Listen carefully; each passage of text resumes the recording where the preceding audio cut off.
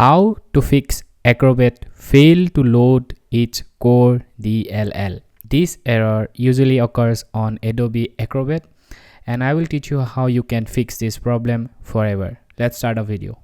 First, you need to go to our search, and from here go to settings.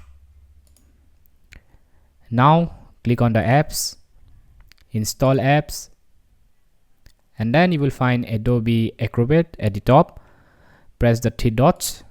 Now modify, next, and repair, next, and then press the update button. So this is the first step you need to do. All right, now the second step is to open your Adobe Acrobat. So this applies only if you can open the app, of course. Then go to your menu, help, and then there is a repair installation option. Tap here, yes, and then the repair will be start automatically. So if the repair method didn't work for you, then do the third step. Go to your search for registry editor,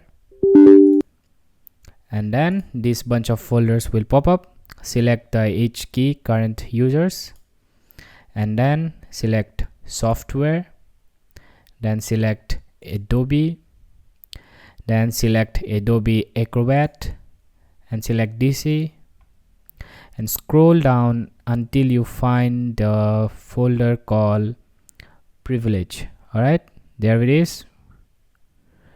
Select the folder and go for the second one. It says bolt recent file. All right, just click here and there will be one. All right, value data, this one. Just press 0 and then OK. So this is how you fix the problem.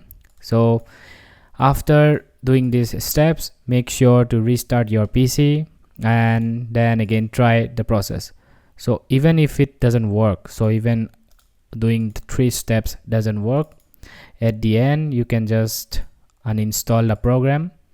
All right, just double click on Adobe Acrobat, uninstall the program, and then again install it. So this is how you can fix the problem. All right, so hope this video helpful. Thanks for watching.